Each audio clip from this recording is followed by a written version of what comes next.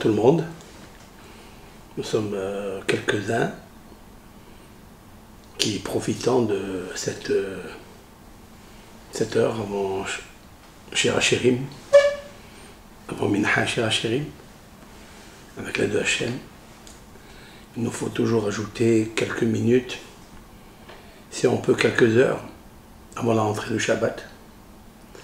Comme dit le Zohar Kadosh, que la Tosefet Hola la Kodesh, de prendre et de prélever des heures profanes du vendredi pour les rentrer dans le palais de la maîtresse, de la reine, Shabbat, ça diminue les contractions de Hevle Mashiach, les contractions de la venue du Messie.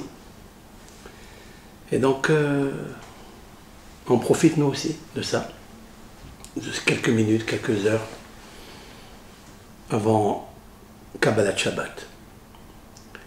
Même que le monde tient 6 millénaires, et nous sommes presque, mais avec l'aide de Hachem, je crois en l'espoir de nos prophètes qui ont dit que celui qui fait rentrer Shabbat avant, même 5 minutes avant, à plus forte raison un quart d'heure, 1 heure, il diminue des 6 millénaires, puisqu'il les a sacralisés, consacrés, les a rendus Kodesh comme le Shabbat.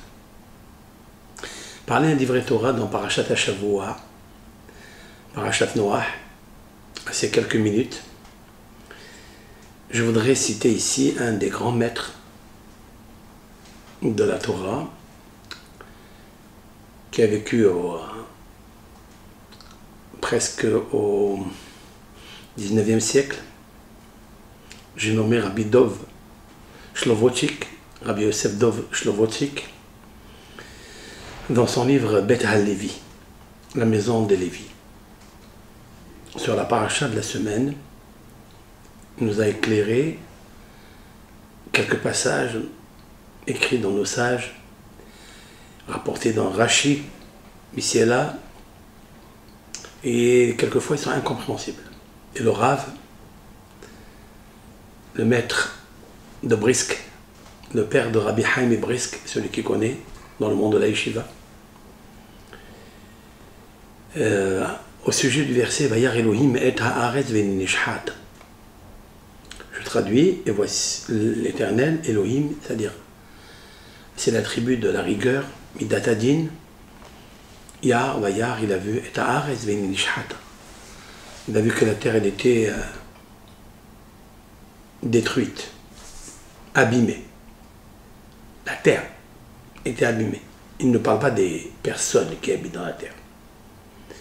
Il a vu que la terre était abîmée. Pourquoi?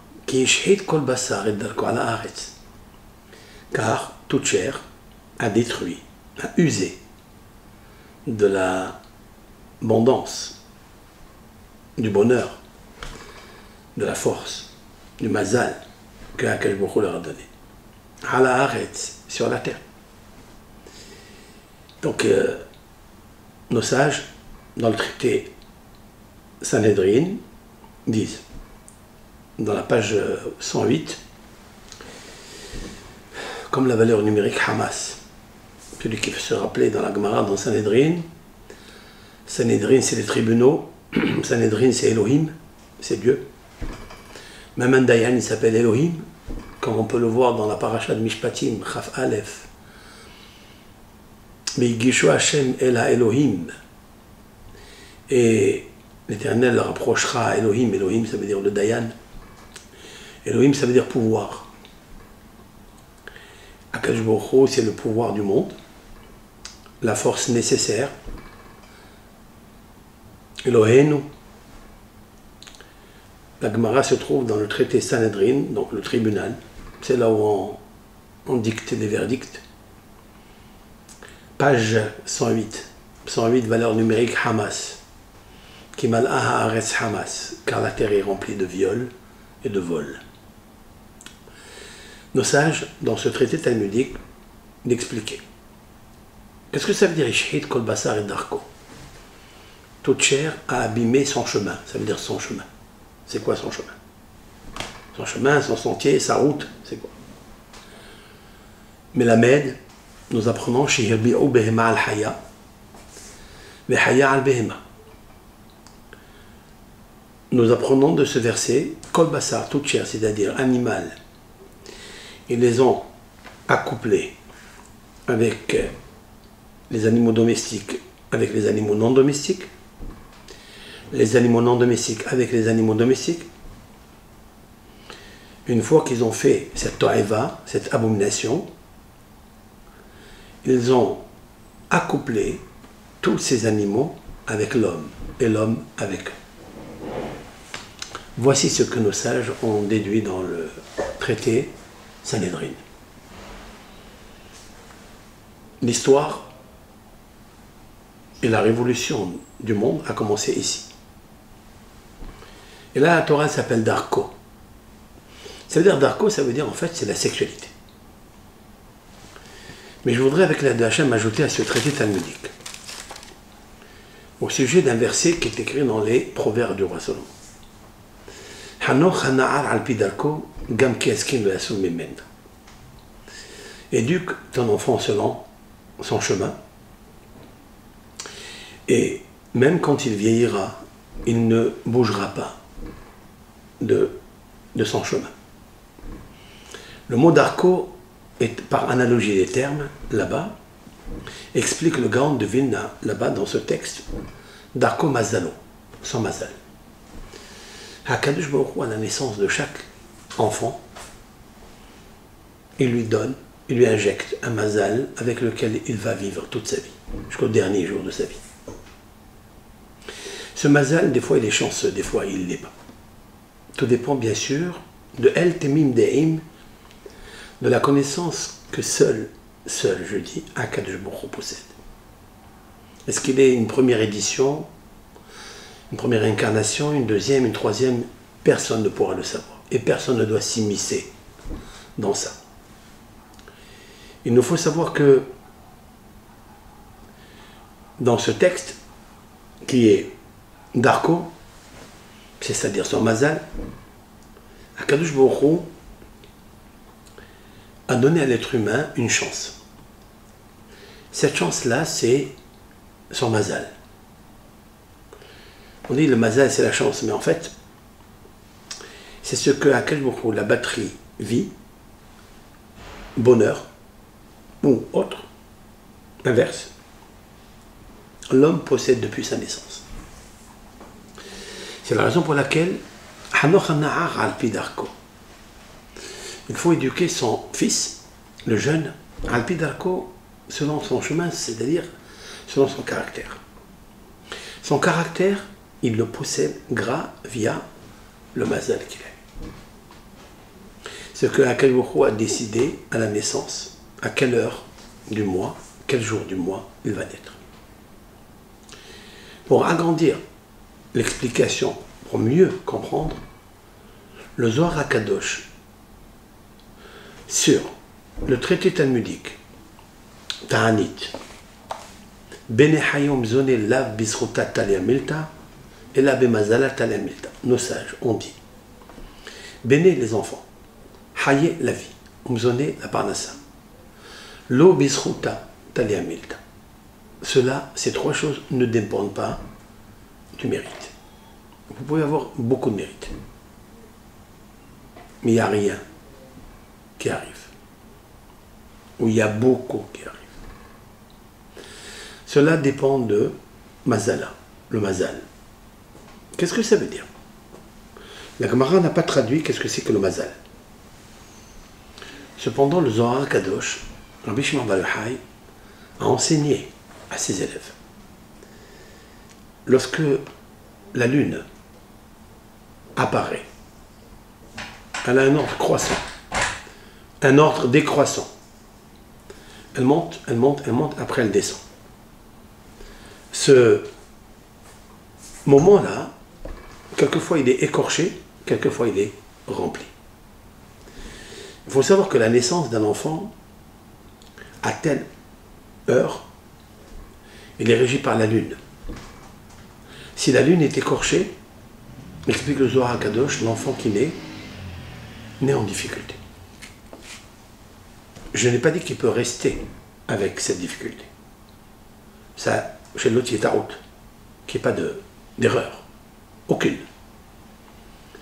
Il peut améliorer, c'est-à-dire modifier son caractère, il peut changer son nom, il peut évoluer dans une mitzvah, au point où il s'attache à la racine de la mitzvah dans la Torah. Il peut s'attacher à Abraham, Yitzhak et Yaakov. Il peut s'attacher à Moshe et Aaron. Il peut s'attacher à Yosef, il peut s'attacher à David.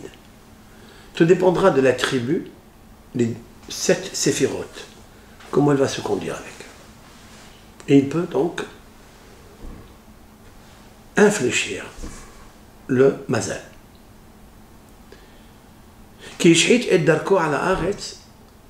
Ils ont abîmé leur mazal. Même s'ils avaient un très bon mazal au début. Est-ce que oui, ils avaient un bon mazal? Bien sûr. Est-ce qu'on a vu que les êtres humains, aujourd'hui, peuvent vivre 1000 années, 1930 années, 1970 ans? Et bien, ça n'existe pas. Mathusalem, Adam Arishon, il y a qui disent que Noah a vécu plus que tout le monde. Il y a un commentaire dans le Midrash qui dit qu'il a vécu plus que tout le monde. Pourquoi? La réponse est très claire. Ils avaient des âmes grandioses. Mais c'est à partir du Maboul, de cette paracha, où la diminution des années, des jours, de la vie, a commencé. Pourquoi? Parce qu'ils ont impurifié l'air. Explique Nahmanide, Nahmi Ramban, Rabbi Moshe ben Nahman, ils ont impurifié l'air. Et vous savez qu'il y a des pays, même aujourd'hui, on peut observer, il y a des pays où les gens vivent longtemps. Et il y a des pays où les gens meurent très jeunes. Tout dépend du climat, du avir. Si on impurifie le avir, c'est-à-dire l'air, bien la terre, elle s'abîme. Et les habitants se désagrègent. Donc l'homme, il est le poël haïm au mavet. C'est lui qui active, qui agit sur la terre, sur l'air. Si il pollue l'air avec ses actes abominables, exécrables, tout son entourage est abîmé. Même les murs de sa maison. La Gemara dans le traité Sanhedrin dit que, à la fin de la vie, lorsqu'un homme quitte ce monde, il est réprimandé par Akadosh Baruch Hu. Il lui demande beaucoup de questions. Et lorsqu'il triche, dit la Gemara, Afilu korot chez Bebeto, Me'edim alav. Afilu kirot chez Bebeto, Me'edim alav. Cela veut dire, même les murs de sa maison témoignent ce qu'il a fait. Même les poutres de sa maison témoignent sur lui, sur ses actes, bonnes ou mauvaises. Au sujet d'un verset qui est écrit Even, Mikir Tizak. Even, c'est la pierre. Mikir, du mur. Tizak, elle criera, elle poussera un cri. Nous avons vu un jour une pierre parler, pousser un cri à plus forte raison. Qu'est-ce que c'est Even, Mikir Tizak? Le prophète, il nous dit que les pierres vont un jour parler. Mais c'est à quel moment? Qui les écoute? Qui peut entendre une pierre parler? La Gemara répond, c'est à la fin du Din Ha'elyon. Lorsqu'un homme se trouvera devant un Akadosh Baruch Hu, c'est-à-dire la vérité, il n'écoutera que la vérité. Et la vérité se trouve en lui, parce qu'il la transmet. Comme il transmet le sheker quand il y a absence, restriction de vérité. En fait, quand vous n'êtes pas vous-même, c'est-à-dire vous n'avez pas gardé votre mazal. Lorsque le mazal, je l'ai abîmé, se transforme le émet en sheker. Ce émet-là, il s'inscrit dans les murs. Maintenant, regardez avec moi les initiales de ce verset avec l'aide de Hachem. Moi, ce que je sais, que tout ce que les prophètes, les rois d'Israël, les sages d'Israël ont dit, ils n'ont pas dit fortuitement. Ils n'ont pas composé des mots comme ils ont voulu, des poésies. Non. Ils ont créé les phrases par la graphie d'un mot. Si vous prenez le mot émet, c'est-à-dire la vérité, Aleph Mem Tav, vous trouverez en lui Even, Mikir, Tizak. Aleph, c'est Even, la pierre, Mikir, du mur, Tizak. Elle poussera un cri. Vous voyez que la vérité s'inscrit dans les murs. La vérité que vous êtes, que vous avez balancée, je ne parle pas de vous, je parle de nous, les êtres, dit le prophète. Le prophète nous dit, écoutez, viendra un jour où les murs de ta maison viendront témoigner de ce que tu as fait. Parce que le émet s'inscrit dans l'air. Comme d'ailleurs le sheker, le mensonge. Et lorsqu'on sera dans un monde de vérité, il n'y aura plus de corps. Il n'y aura plus la partie qui a été extraite du sable, de la terre, de la poussière, qui retourne à la poussière, parce qu'elle n'a pas la force de monter vers le haut. Parce qu'elle est, si on la laisse aller à son rythme, à son nature, à son teva, eh bien elle s'accroche au mensonge, au lachonara, à des plaisirs charnels, des plaisirs de la boulimie, de l'argent, de la nourriture. Elle va s'attacher à tout ce qui est matériel, tout ce qui est bas, puisque nous avons 4 mondes. Ce monde est divisé par les mondes. Le monde des émanations, monde de la création, formation, création, action. Action, c'est le monde matériel, où nous pouvons agir. Sauf que dans le corps, il y a aussi le roi, c'est-à-dire l'esprit. L'esprit qui a été créé, c'est-à-dire le souffle. Le souffle vient du monde de la création, comme l'ange qui est en nous. Après, vous avez la neshama qui vient du monde de la formation, on a beria. Après, vous avez le monde des émanations qu'on n'a pas accès. Le monde des émanations, c'est là où se trouvent les 10 séphirotes. Et les 10 séphirotes sont distinctement très hautes, très supérieures. On n'a pas accès. Il est une petite mesure à dose infinitésimale que l'Éternel a posée en nous. Mais le monde de l'action, on sait que c'est un monde de tohu-vavohu, un monde de solitude, un monde de détérioration, décomposition, putréfaction. C'est ce monde où nous sommes. Donc si on laisse le corps, il retournera au sable, d'où il a été extrait. Mais la neshama, elle va retourner à la Elohim, Hashem Netana, comme dit l'Ecclésiaste, Ve'aruach tashuv ela Elohim. Aruach, c'est-à-dire l'esprit, celui que tu as parlé, c'est la laine, le souffle que tu as sorti de ton cœur, du monde des émanations, par les lèvres, par les 5 sonorités. Il s'est inscrit quelque part. Quand tu as parlé du bien, du émet, quand tu as agi avec l'âme qui est en toi et associée au corps, tu as agi dans ce monde, elle a agi. Toi, tu ne le vois pas, mais la vérité s'inscrit dans la vérité. Même la pierre, qui est le domaine, qui a un règne, qui est le plus bas des règnes, qui ne vit pas, puisqu'après la pousse, la végétation qui pousse, après il y a l'animal qui vit, qui ne parle pas, et l'être humain. Donc le niveau de l'être humain peut inscrire et graver la vérité de ses actes dans les murs, dans la poutre de sa maison. La Gemara nous dit que les Hatid l'avouent, un homme rendra des comptes, et s'il témoigne faux, les murs de sa maison seront le témoin de ce qu'il a fait, bien ou mal. Even Mikir Tizak. La terre, au temps du Maboul, elle a enregistré le mal qu'ils ont fait. Qu'est-ce qu'ils ont fait? L'être humain est censé être le plus haut, le plus supérieur, le plus intelligent. C'est lui qui fait la différence avec l'animal qui a un nefesh. Elle a une vie. C'est la raison pour laquelle, jusqu'à Adam Arishon et jusqu'à Noah, il aurait été interdit de manger de la viande.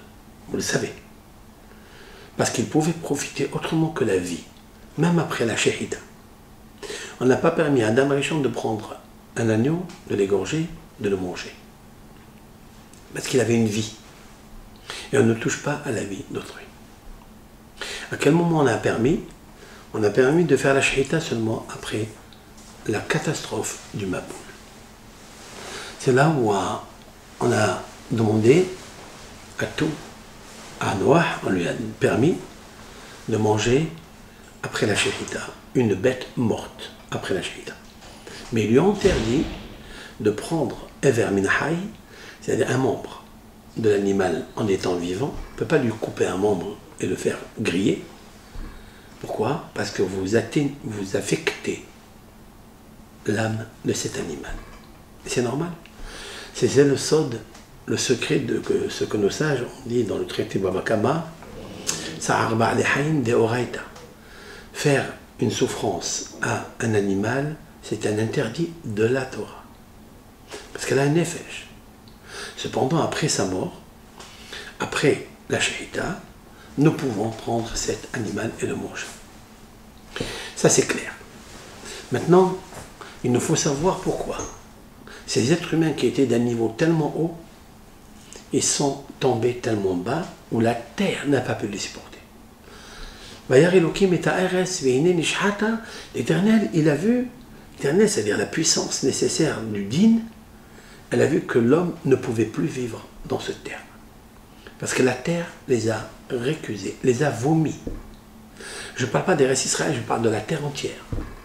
Puisque le Maboul a inondé pendant 40 jours. Seulement 40 jours. Il est tombé très très fort. Les eaux se sont multipliées et se sont renforcées beaucoup, beaucoup. Ils sont descendus très très très très bas parce que ces eaux-là n'ont pas supporté le cri de la terre. Yar Elohim et l'Éternel a vu, la terre s'est détruite. C'est-à-dire même la terre, elle a reçu le sheker, le mensonge, les atrocités, les abominations que les êtres humains ont fait. Alors la Gemara demande, et d'ailleurs le Zohar aussi demande cela, si les hommes ont fauté, puisqu'ils sont intelligents, ils ont la parole, ils ont l'intelligence, l'Éternel a donné l'intelligence à l'homme, la Neshama, pour reconnaître Dieu et pour protéger la création qu'il lui a donnée.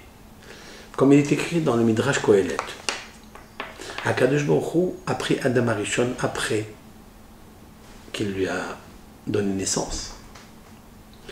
Mais il l'a promené dans le Gan Eden. Il lui a dit, regarde, tout ce que j'ai créé, c'est pour toi que je l'ai créé.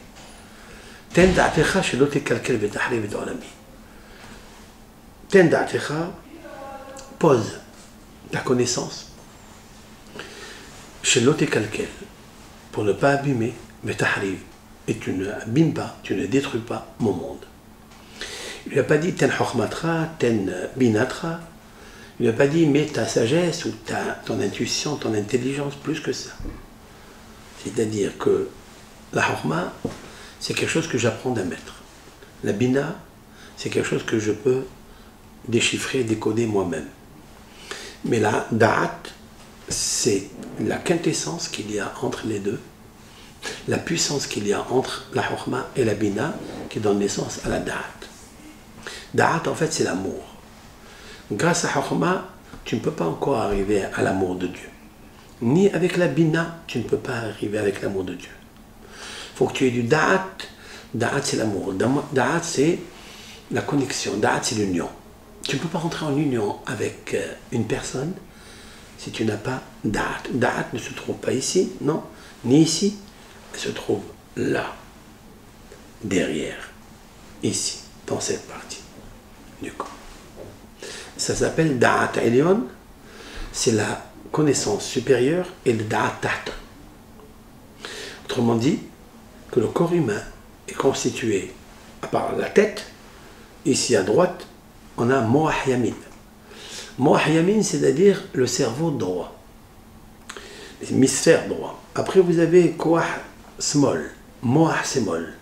Vous avez à gauche le cerveau gauche. Après, vous avez plus bas, d'accord? Vous avez cette partie-là, qui est le Hotem, l'Einaïm, l'Oznaïm et la bouche. Entre ici et ici, il y a le Keter, il y a le chapeau que je porte sur ma tête, le Keter, parce qu'au-dessus de ma tête, il y a, sur ma tête, il y a ce qu'on appelle Galgalta. Galgalta, c'est le crâne. Galgalta, c'est comme la planète. C'est comme les Galgalim. Galgalim, cela veut dire Galgal parce qu'il est rond, mais Galgal, c'est comme la roue de l'âme. Elle se tourne. On la fait tourner. Ici, la tête, elle supporte le Keter, la couronne. Vous savez qu'on n'a jamais vu une couronne carrée, ni ovale, ni triangle. La couronne est ronde, comme Galgal Haaretz, Galgal Haolam. Cela veut dire que l'homme est investi de tout ce que Akadosh Baruch Hu est. Et tout ce qu'il a créé au-dessus de lui, de l'homme. Donc la tête, on doit poser une couronne dessus. Nous l'avons. C'est la raison pour laquelle il nous faut nous couvrir la tête pour ne pas laisser la Shekhina sans être couvert. Parce qu'il nous faut cacher la lumière de la Shekhina qui est en nous. Cela, par respect et par pudeur, nous devons porter une kippa, un chapeau, un foulard, une perruque, peu importe selon les niveaux, selon la tradition, selon la coutume. Nous devons porter quelque chose au-dessus de nous. Qu'est-ce que c'est ce Keter? Ce Keter est la goulgolette, c'est-à-dire la tête, le crâne. Sur ce crâne, au-dessus de lui, il y a le Moah. Il vient le Metzah. Le Metzah est le front. Front droit, front gauche, cerveau droit, cerveau gauche. Un, il est Chokhmah et un, il est Bina. Bina, cela veut dire l'intelligence, l'intuition.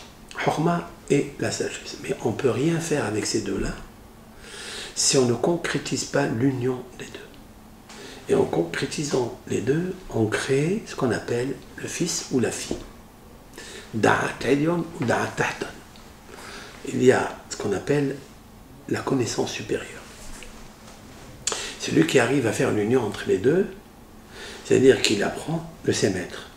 Et après, lui-même, il devient un chercheur, quelqu'un qui analyse les choses. Alors, Akadosh Baruch Hu dans le Da'at.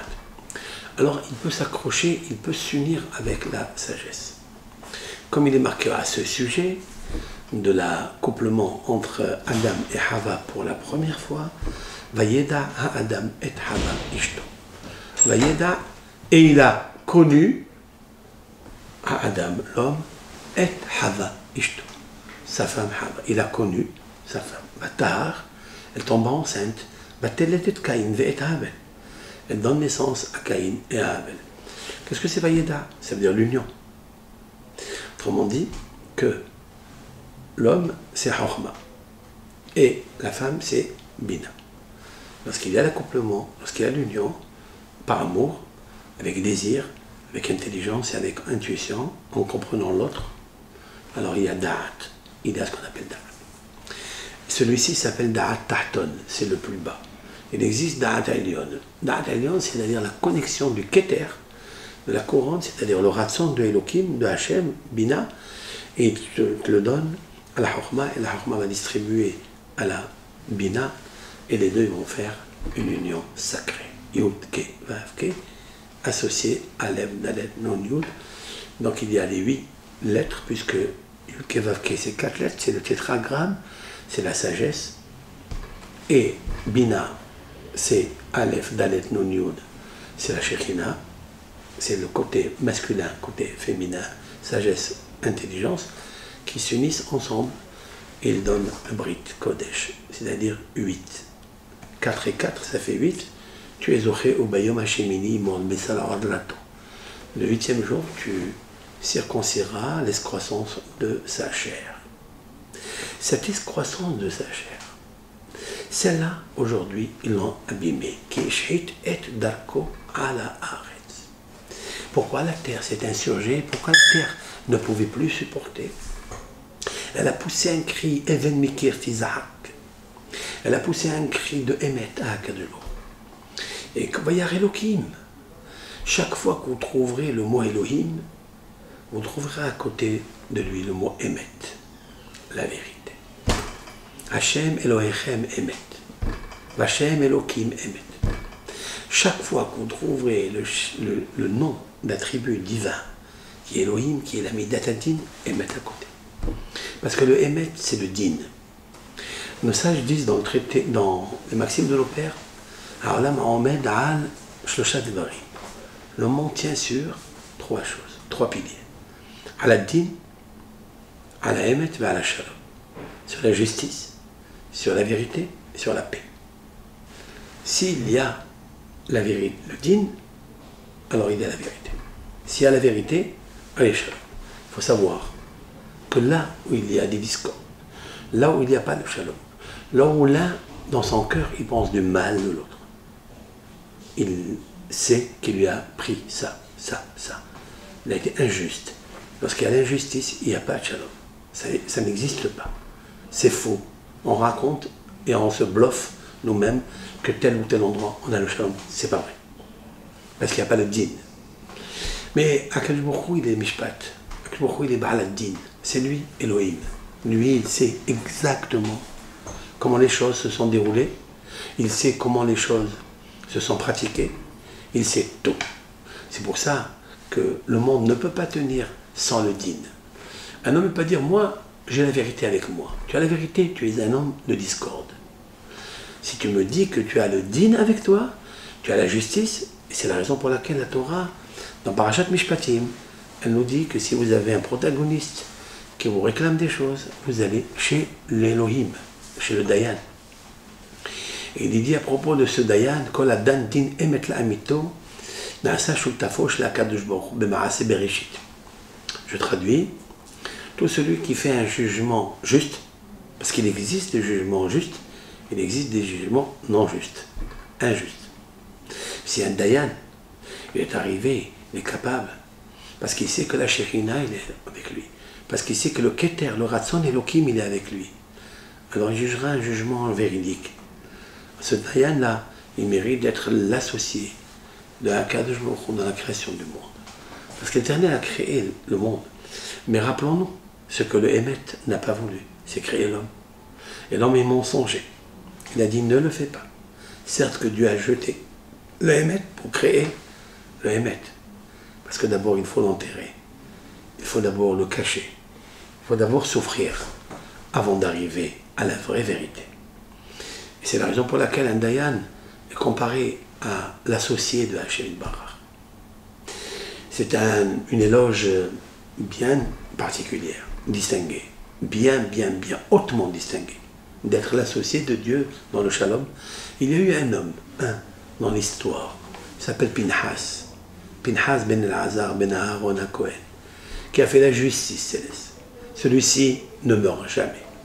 Parce que quelqu'un qui est à la place de Hachem, il s'associe avec Hachem, il fait le din comme Hachem, alors il est éternel, comme Hachem. C'est pas beau ça? D'être associé à Dieu dans la création de Maaseh Bereshit. Mais ça veut dire quoi? Ça veut dire que Maaseh Bereshit, il lui appartient. Le Maaseh Bereshit, c'est une œuvre qui est matérielle, qui se décompose. Mais celui qui l'a faite, c'est Akadosh Baruch Hu, lui. Il est au-dessus de tout, il ne se décompose jamais. Ben, la personne qui fait le din, pour obtenir le Emet et pour obtenir le Shalom, il est associé à Akadosh Baruch Hu. C'est comme si c'est lui qui a créé le monde. Si lui, il a créé le monde, donc il est le créateur, donc il ne peut pas se décomposer. Voilà pourquoi Eliyahu Hanavi ne s'est jamais décomposé. Il est monté, Bassa'ara, à 395 degrés, comme la valeur numérique, Hashamaïma. Il est monté au ciel, Bassa'ara, avec l'ouragan. Parce que la terre ne peut pas le recevoir. Il n'y a que le ciel qui peut le recevoir. Parce qu'il a, lui, Pinhas, il a arrêté la Magefa. Il a arrêté l'épidémie.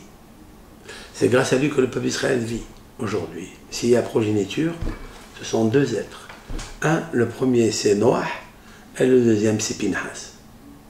Noah dans le Maboul, grâce à lui on a fait entrer hommes, femmes, animaux, hommes, mâles, femelles dans l'arche. Tout le reste a été complètement effacé et disparu. Grâce à Noah, nous sommes ici. Mais il est arrivé dans l'histoire de Zimri ben Salon, où il a mis en colère à Kadesh Baruch Hu. Il a failli, comme le texte le dit, les Chalot et Béni Israël, exterminer le peuple d'Israël, via Pinhas, qui a fait le din. Donc il mérite d'être le propriétaire du monde.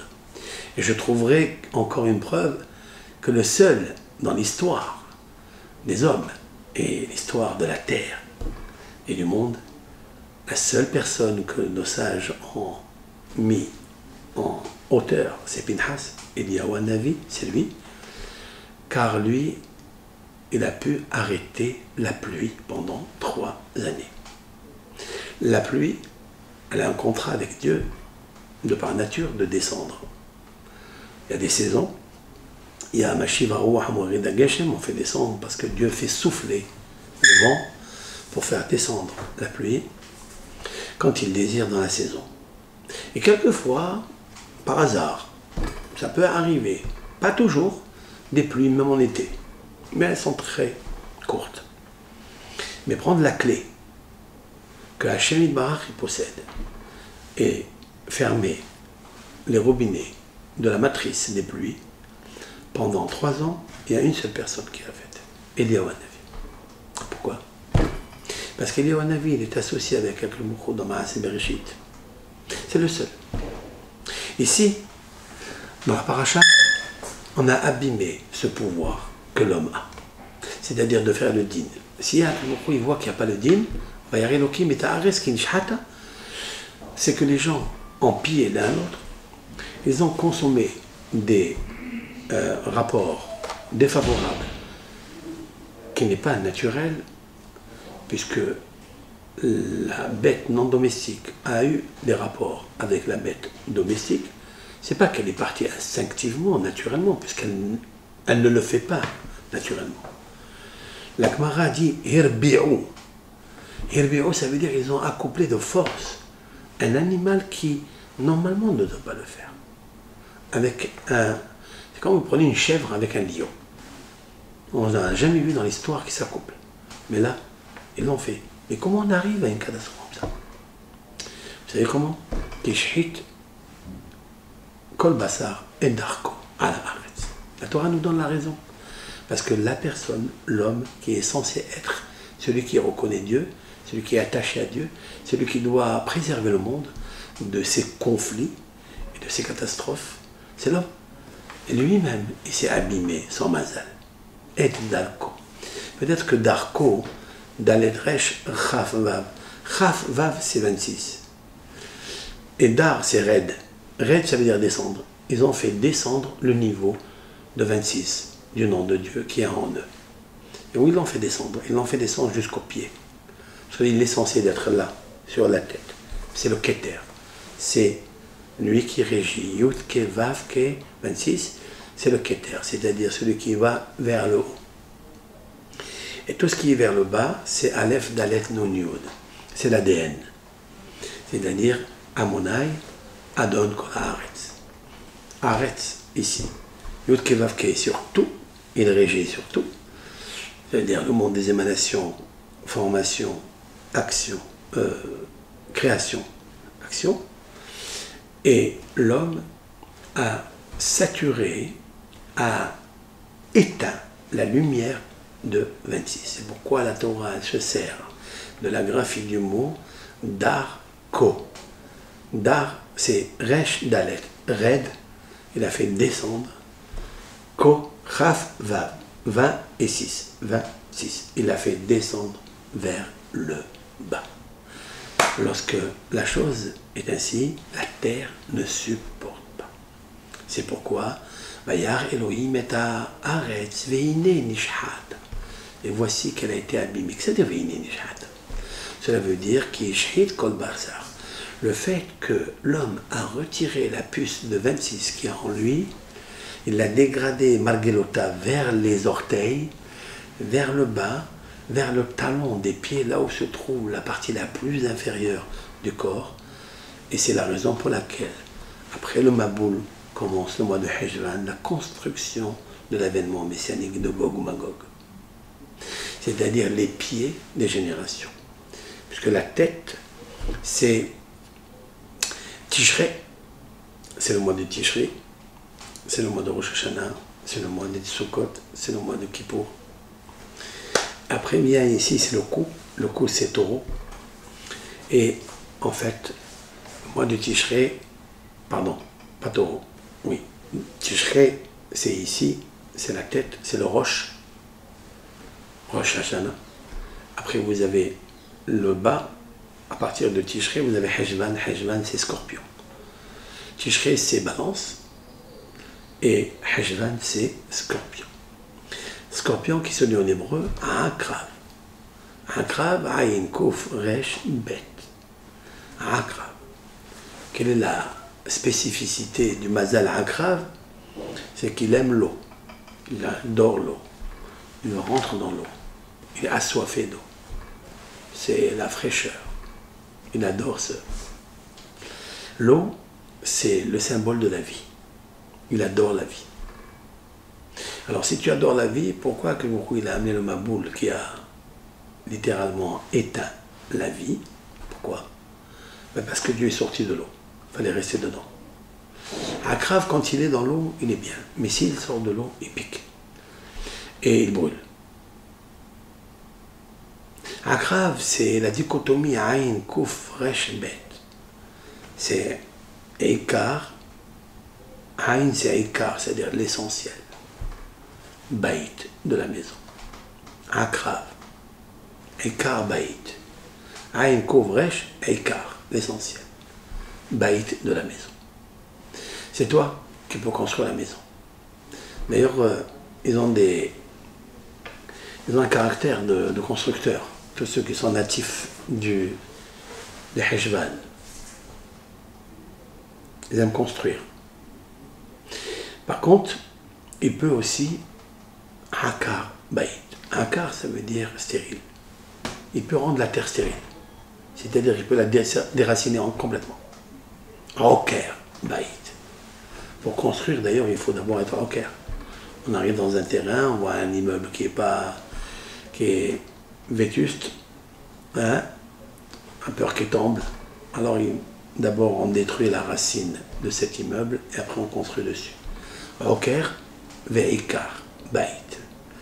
Des racines, il décroche tout du bas vers le haut et après, il construit du haut vers le bas.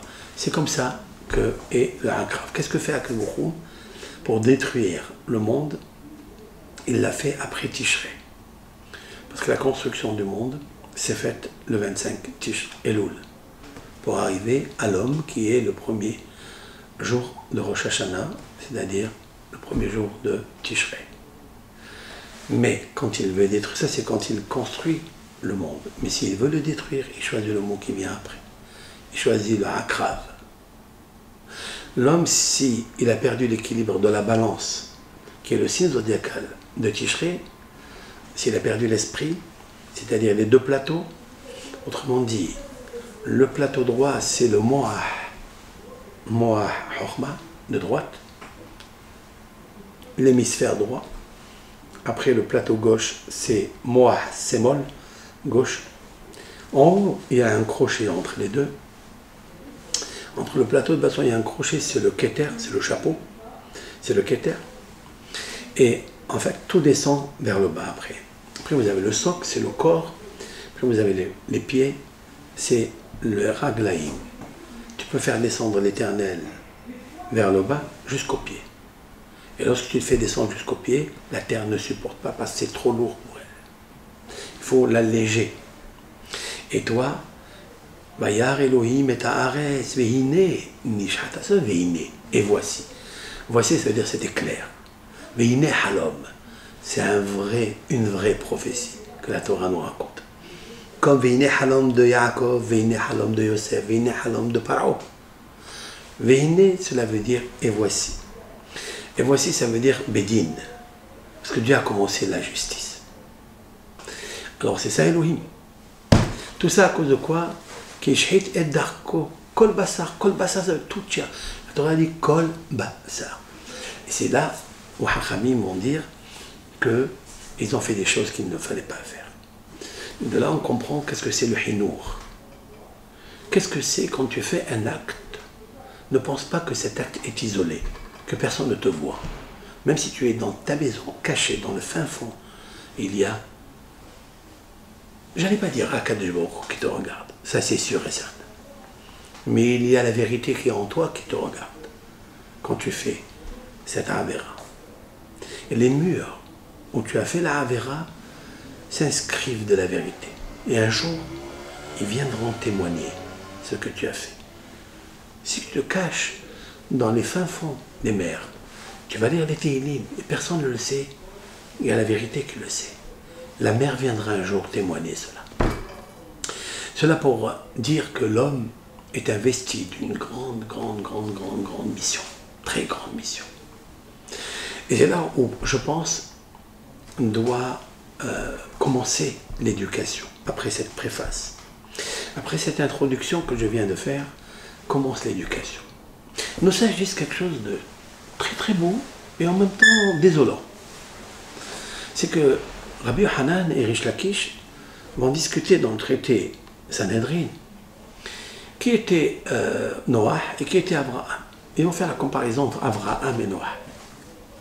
Et ils vont dire des choses dans les maximes de nos pères, quelque chose qui m'a un peu, je n'allais pas dire choqué, mais interpellé. Nos sages disent qu'il y a 10 générations depuis Adam Arishon, premier homme, jusqu'à Noé. Noah. Ça veut dire 1000 ans. Et de Noah jusqu'à Avraham Avinu, il y a 1000 années. 10 générations.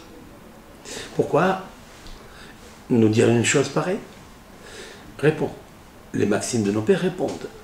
Léodia, Kama, Erechapayim, les fanav. Akadosh Baruch Hu et l'Anganim. Depuis Adam Arishon, les êtres humains et les générations ont fauté, se sont dégradés. Ils ont pris le nom de Dieu qui est en eux et l'ont fait descendre vers le bas. Ayum Machaïsin Ubaï. Ils étaient là en train de se rebeller contre Dieu. Qu'est-ce que ça veut dire se rebeller contre Dieu? En fait, se rebeller contre le bien-être que Dieu leur a donné. Lorsque quelqu'un fait la Avera, c'est pour lui qu'il fait la Avera. C'est pour personne d'autre. Sauf que il va influencer et il va agir sur la création entière. Et il y a des conséquences pratiques. Il y a même des récompenses ou bien des jugements qu'il devra donner compte. C'est connu ça. Et en fait, depuis Noah jusqu'à Avraham Avinu, il y a 10 générations. Pourquoi nous dire cela? Jusqu'à ce qu'il est venu Avraham Avinu et il a pris le salaire de tout le monde. Qu'est-ce que ça veut dire? Nos sages disent qu'Avraham Avinu, il a pris les salaires, la récompense de toutes les 20 générations. Ça m'interpelle ça. Et Noah Ish Sadiq, Noah qui était un grand sadique, Noah qui grâce à lui nous sommes aujourd'hui, si Avraham Avinu il est vivant, c'est grâce à Noah, parce qu'il était sadique. Et Dieu, grâce à lui, n'a pas voulu effacer la terre entière avec les êtres humains, Noah y compris. Sa maison, sa famille, ses gendres et tous les animaux que nous connaissons aujourd'hui. La Torah est une prophétie. C'est Moshe Rabbeinu qui l'a écrite. Donc la Torah témoigne que Noah était un grand homme. Où est son mérite? Avraham Avinu a pris le mérite de Noah. C'est un peu... ça m'interpelle. Alors ça me choque en fait maintenant. Parce que les paroles de nos sages sont bien déterminées et bien précis. Et j'apprécie. Sauf qu'il faut être si près de leurs paroles pour les comprendre. Avraham Avinu a pris toute la récompense. Alors si Avraham Avinu il a pris toute la récompense, donc il est plus grand que Noah. J'ai une question. La question est sur Rabbi, elle est sur Rish Lakish. Je vais vous la dire. Rabbi Hanan dit que Noah était un tzaddik, un tamim bedorota, dans sa génération. Il a vécu 2 générations. Et il était tzaddik dans ses générations. D'accord. Mais s'il était dans la génération, explique Rabbi Yohanan, l'auteur du Talmud de Jérusalem, il explique que s'il était dans la génération d'Abraham, il serait considéré comme nul.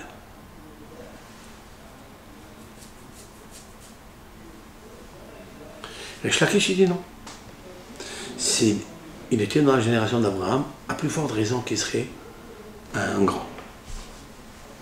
Ok. Donc Noah était un grand homme. Celui qui dit que s'il était dans la génération d'Abraham, eh bien il serait considéré comme nul, comme un être humain ordinaire, c'est-à-dire que la grandeur et la tzidko d'Abraham était tellement grande qu'elle aurait été celle de Noah insignifiante. Il n'aurait pas eu d'influence. Peut-être devant Dieu, on ne sait pas qui il est, mais des fois le grand tzaddik, le gadol hador, il agit dans le peuple, dans la génération. Ça on le voit quelquefois. Il y a des générations où on ressent le gadol hador, le grand, le manhig, le dirigeant de la génération. Alors s'il était au temps d'Abraham, il ne serait pas reconnu comme tel. Si je dis une chose pareille, je comprends ce que nos sages ont dit dans les maximes de nos pères. Qu'Abraham Avinu, après Noah, 10 générations, pour nous dire qu'Abraham Avinu a pris toute la récompense de tout le monde, même celle de Noah. Je peux comprendre. Maintenant, d'après l'autre qui dit que non, que s'il était au temps d'Abraham Avinu, il serait encore, oui, encore un plus grand tzaddik. Pas autant qu'Abraham Avinu, mais il serait tzaddik parmi les tzaddikim. Il aurait été considéré comme un grand. D'après celui-là, pourquoi alors il prend Abraham Avinu? Il prend la récompense de tout le monde. Ça, c'est la question que je me pose. Pour faire la différence entre Abraham et Noah, il est une chose qu'il faut savoir. La Torah, elle a fait une différence dans les termes en citant la grandeur d'Abraham et la grandeur de Noah. Noah, qu'est-ce qu'il était? Ish Tzadik, Tamim, un homme juste d'esprit, un homme intègre. C'est-à-dire qu'il n'a jamais abîmé l'organe sexuel. Il n'a pas fait de débauche comme l'a fait sa génération. Mais il est marqué tout de suite après Et ha Elohim et ha'aler Noah. Avec Dieu, marchait Noah. Nos sages, les rapports de Rashi, qu'est-ce que ça veut dire? Et ha Elohim et ha'aler Noah. Mais je sais, il est tzaddik, il est tamim, donc il marche avec Dieu. Non, il avait besoin d'aide de Dieu. S'il n'y avait pas Hachem qui l'aidait, il aurait chuté. Tandis qu'Abraham s'est marqué et alech lefanaï ve'etamim. Marche devant moi et sois intègre. Marche devant moi, marche toi seul devant moi. Tu n'as pas besoin de moi. Il a dit à Kadosh Baruch Hu, Abraham avec nous. Abraham, tu as une force de caractère de Emouna tellement puissante, tu n'as pas besoin que je t'aide. Vas-y tout seul. Ta'alech lefanaï ve'etamim. Sois seulement intègre et toi, tu as besoin de toi-même. J'ai pas besoin de t'aider. Ça, c'est à propos d'Abraham. À propos de Noah, il n'est pas dit comme ça. Ish, Tzadik, Tamim, tout ce que tu veux. Grand, juste, intègre, mais Et ha Elohim et ha'aler Noah. C'est l'Éternel qui aidait Noah pour marcher devant lui. Quelle est la résonance, la vraie explication de ce que je viens de dire pour nous? Qu'est-ce que ça veut dire marche devant moi tout seul? Qu'est-ce que ça veut dire moi, Hachem, je t'aide pour marcher? Ça veut dire quoi? Alors, vous savez très bien que Noah avait une génération terrible. Terrible. La génération a influencé Noah. Les gestes, les mouvements, le sheker, le mal, les pratiques exécrables et abominables que pratiquait la génération de Noah agissaient dans l'air, agissaient sur la terre. Ils pouvaient agir sur l'homme aussi. c'est-à-dire Noah, lui, sa famille et sa femme. Mais Akash Baruch Hu a fait comme un bouclier pour stopper ces influences extérieures, étrangères, néfastes. Pour que Noah puisse rester tzaddik, tamim, il a travaillé. Il s'est attaché à Dieu. Il s'est éloigné de tout le monde. Mais même si tu t'éloignes, il faut que tu saches que les actions que les autres font affectent ton caractère, ton climat, ton humour, ton amour, ta chance, ton mazal, tout ce que tu possèdes. Ils peuvent dégrader ton mazal. Un homme, il peut avoir reçu, une femme, peut avoir reçu un mazal extraordinaire, richissime, dans tous les domaines. L'exploit, le succès, tout. Mais des fois, il l'abîme avec la personne qu'il habite, avec qui il est, qui il fréquente.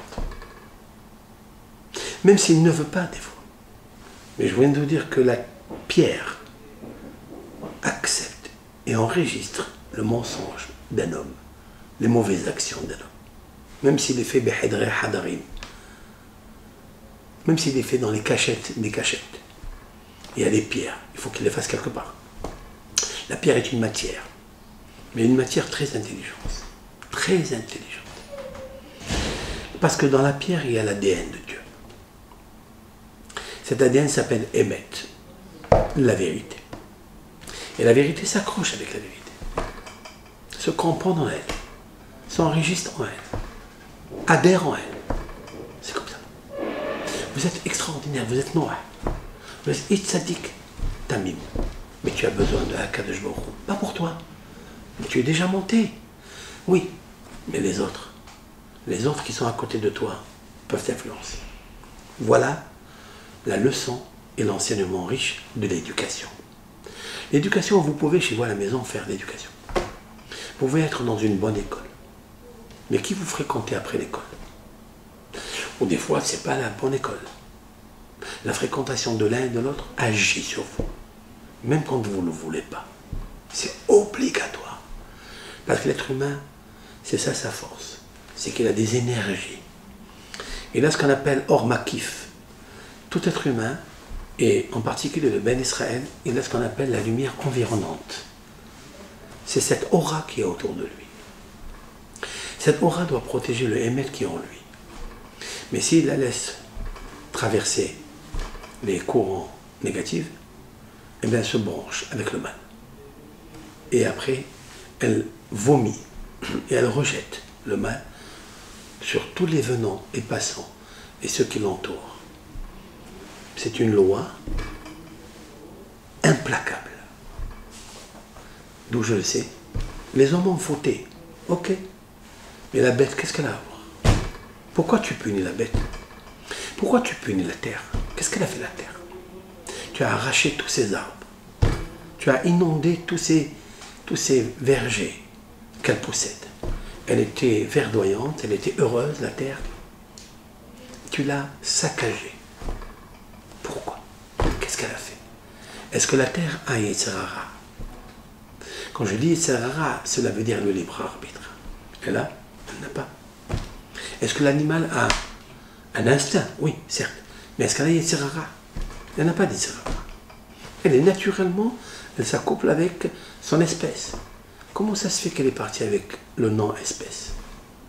Pourquoi? Ki yishhit kol basar et darko à la haaretz. Parce que les êtres humains ont abîmé leur mazal, ont abîmé le émet que Dieu leur a donné, ont abîmé le yud kevavke qu'il y avait en eux, le et darko, le mazal, parce que le mazal il tient sur le ensof. En mazal et Israël. Cette phrase, qui ne connaît pas cette phrase? En mazal et Israël. Il n'y a pas de prédestination astrale à Israël. La Gemara dans le traité Shabbat 156a, comme la valeur numérique Yosef, rappelez-vous. En mazal et Israël. Mais qu'est-ce que ça veut dire, en mazal? Ça veut dire que le mazal exerce, il t'oblige, tu ne peux pas te dévier, d'infléchir. Pas du tout, tu peux. Rachi. Je citerai toujours ce Rachi. Ici, qu'il n'y ait pas d'erreur. El Mazal Israël, s'il ne fait rien. Mais s'il fait mitzvah, s'il fait tefillah, fait la prière à Hachem, il demande de s'améliorer. S'il fait avec le Ratson, il fait la mitzvah de tefillin, il fait son Shabbat, il peut changer le Mazal. Il ne peut pas le changer, mais il peut l'infléchir, il peut l'envoyer ailleurs. S'il fait Teshuvah, c'est plus lui. Il s'appelle autre chose. Il a un autre nom. L'ADN le protège. Parce qu'il fait revivre l'ADN qui est en lui. C'est la protection. C'est le P53. Vous savez ce que c'est le P53? Protection 53. Dans la communauté médicinale, on parle du P53 qui est dans le Brit Kodesh.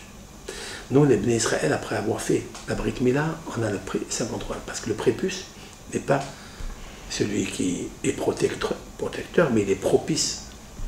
Hein? Le prépuce est propice à amener des puces.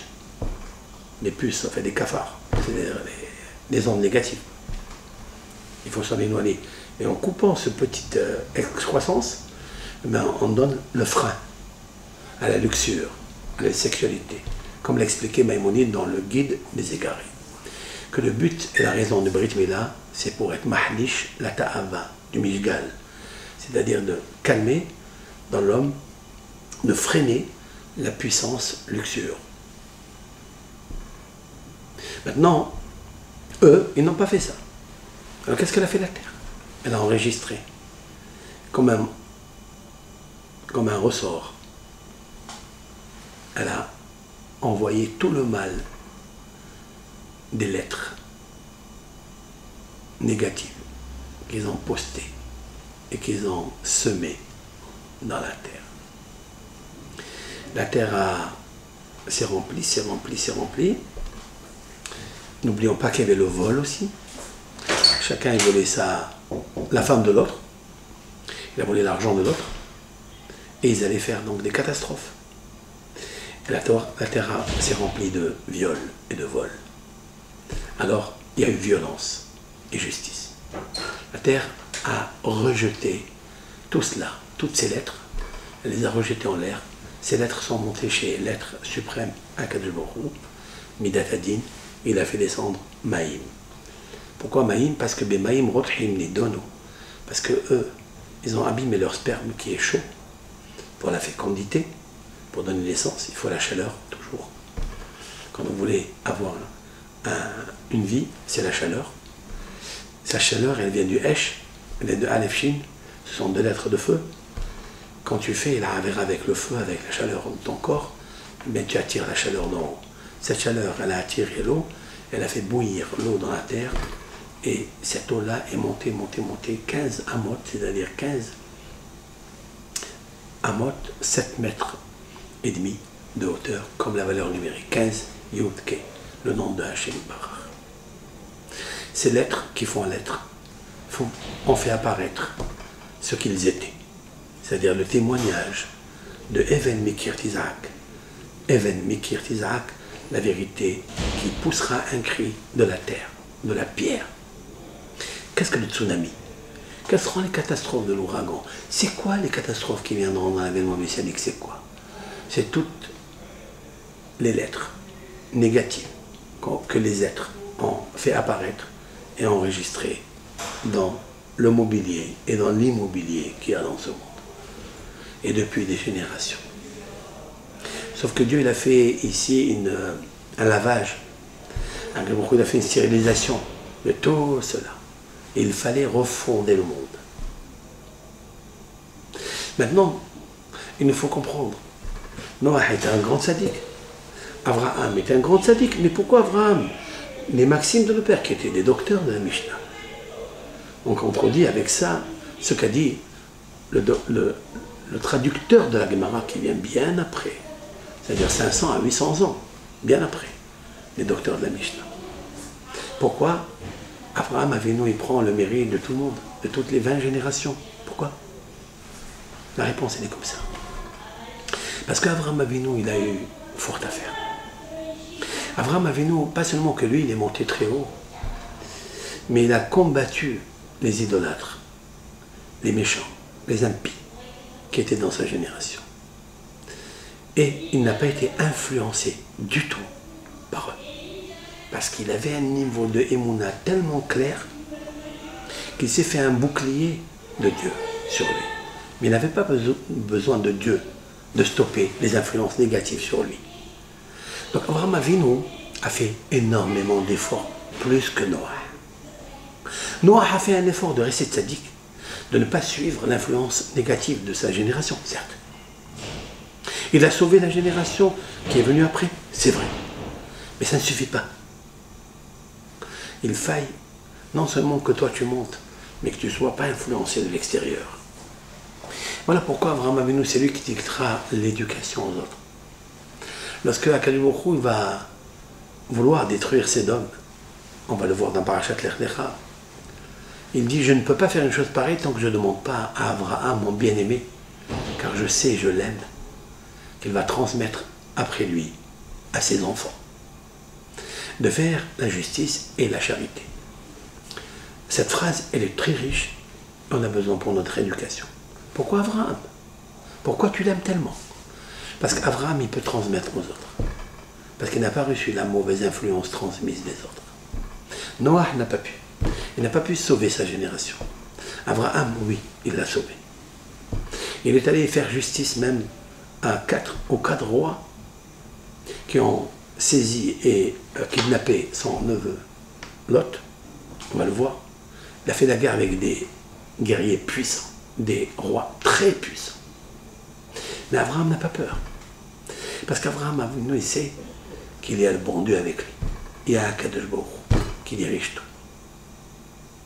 Pour prendre du sable, de la poussière, de la terre, jeter sur les armées et transformer la poussière en flèche et en lance, comme le décrit le Midrash. Mais pourquoi Abraham? Pour deux choses. Et pourquoi la terre? Le Midrash nous dit qu'il a pris la terre, il a envoyé la terre sur les quatre rois, ils se sont transformés en lance et en flèche. Vous comprenez quelque chose? Moi je suis cartésien, je veux bien l'admettre, j'ai la Emouna, mais je veux comprendre. Pourquoi la terre lui donne une accession à des niveaux de miracles de la sorte? Pourquoi? Parce que pour deux choses. Parce qu'Abraham Avinu est resté toujours fidèle à Dieu. C'est jamais un dépassé. Lorsque Dieu lui dit, je te donne la grandeur, il lui dit, je suis poussière et cendre. Tu es poussière et cendre. Très bien. Parce que la terre, elle a compris qui il était. Grâce à elle, la terre, elle tient. La terre tient grâce à Abraham, oui, c'est inversé. Et les toldot Hashamayim, Be'aretz, Be'ibare'am, Be'yoma'asot Hashem Elokim Erez V'Shamayim. Il est inversé dans la Genèse qu'il faut lire que Moshe Rabbeinu a écrit. Grâce à lui, on sait. Il a écrit, d'où on sait qu'il y a les deux livres. D'où on sait tout ce que je viens de vous raconter, tout ce que vous savez, vous saurez. D'où Moshe Rabbeinu Alav Shalom.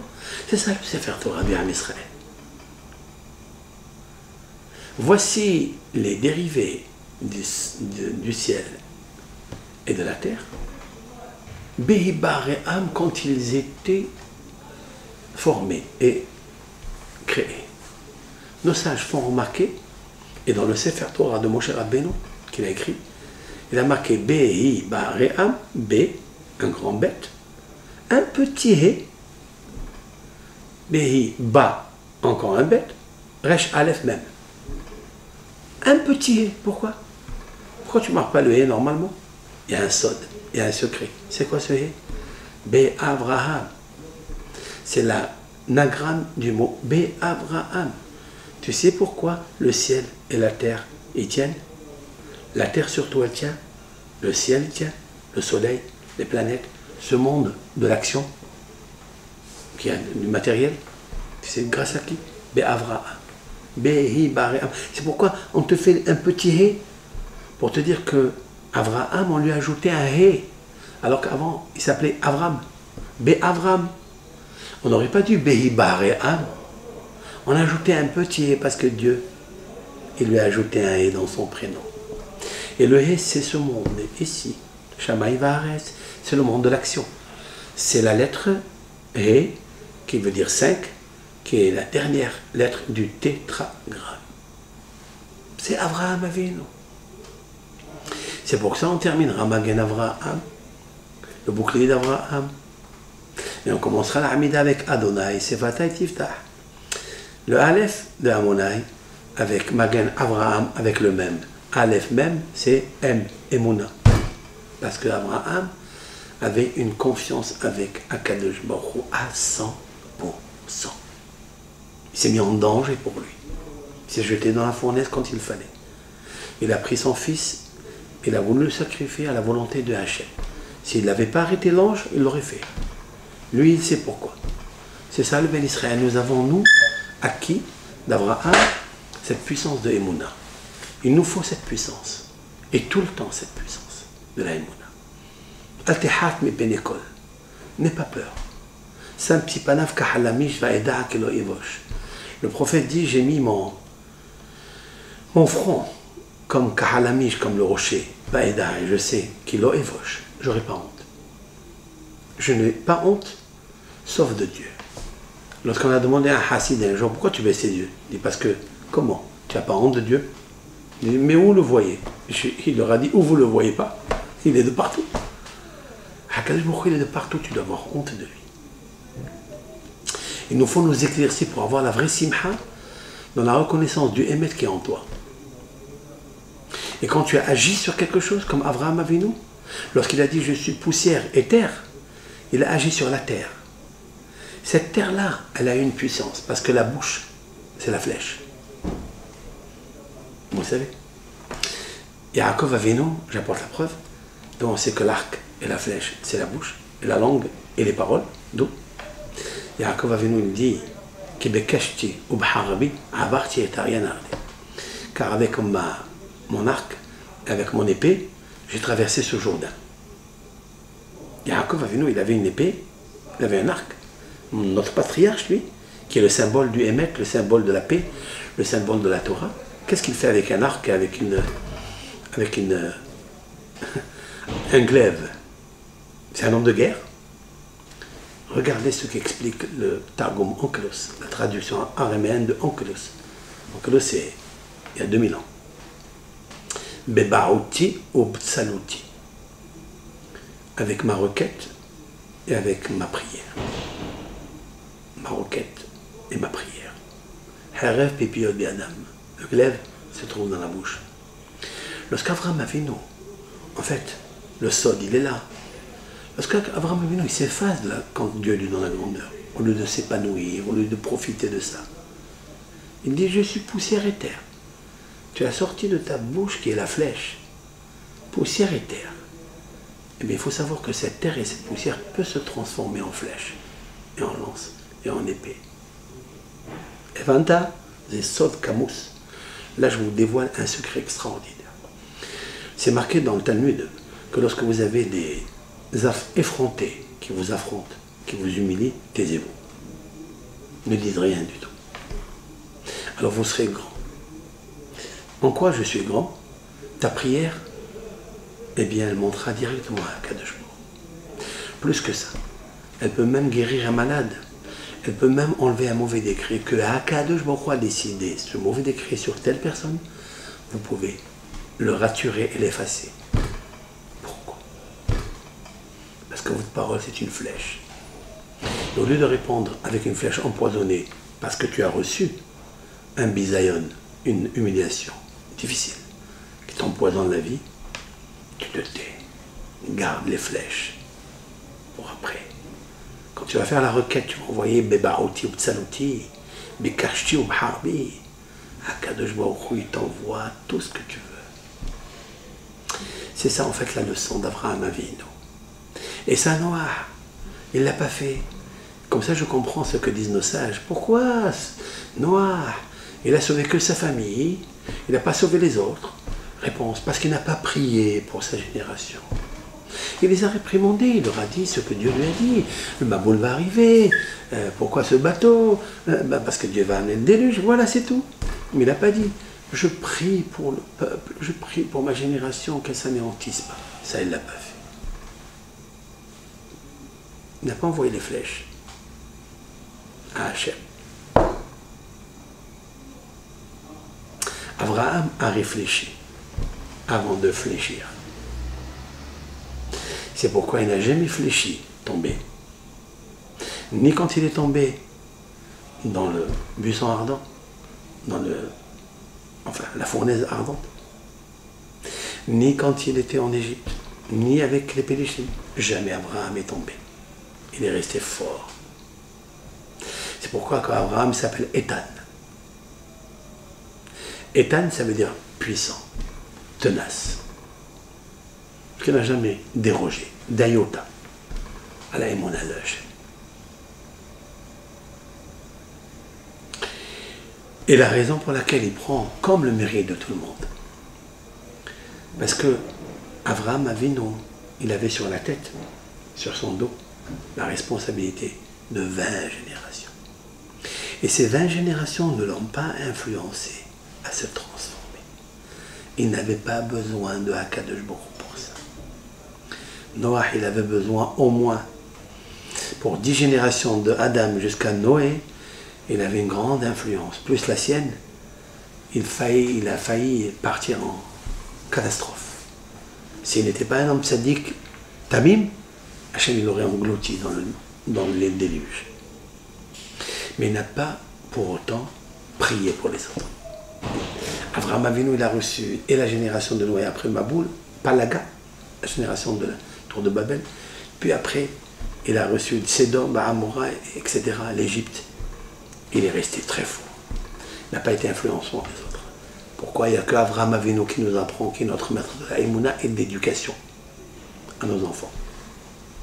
Ah, si je pouvais transmettre ce message à mes enfants, s'ils pouvaient comprendre ce que je viens de dire, ce que je ressens, combien ça aurait été magnifique. C'est ce qu'un père doit dire à tous les enfants. Mais il doit être sûr de lui-même d'abord. Sûr et protégé lui-même.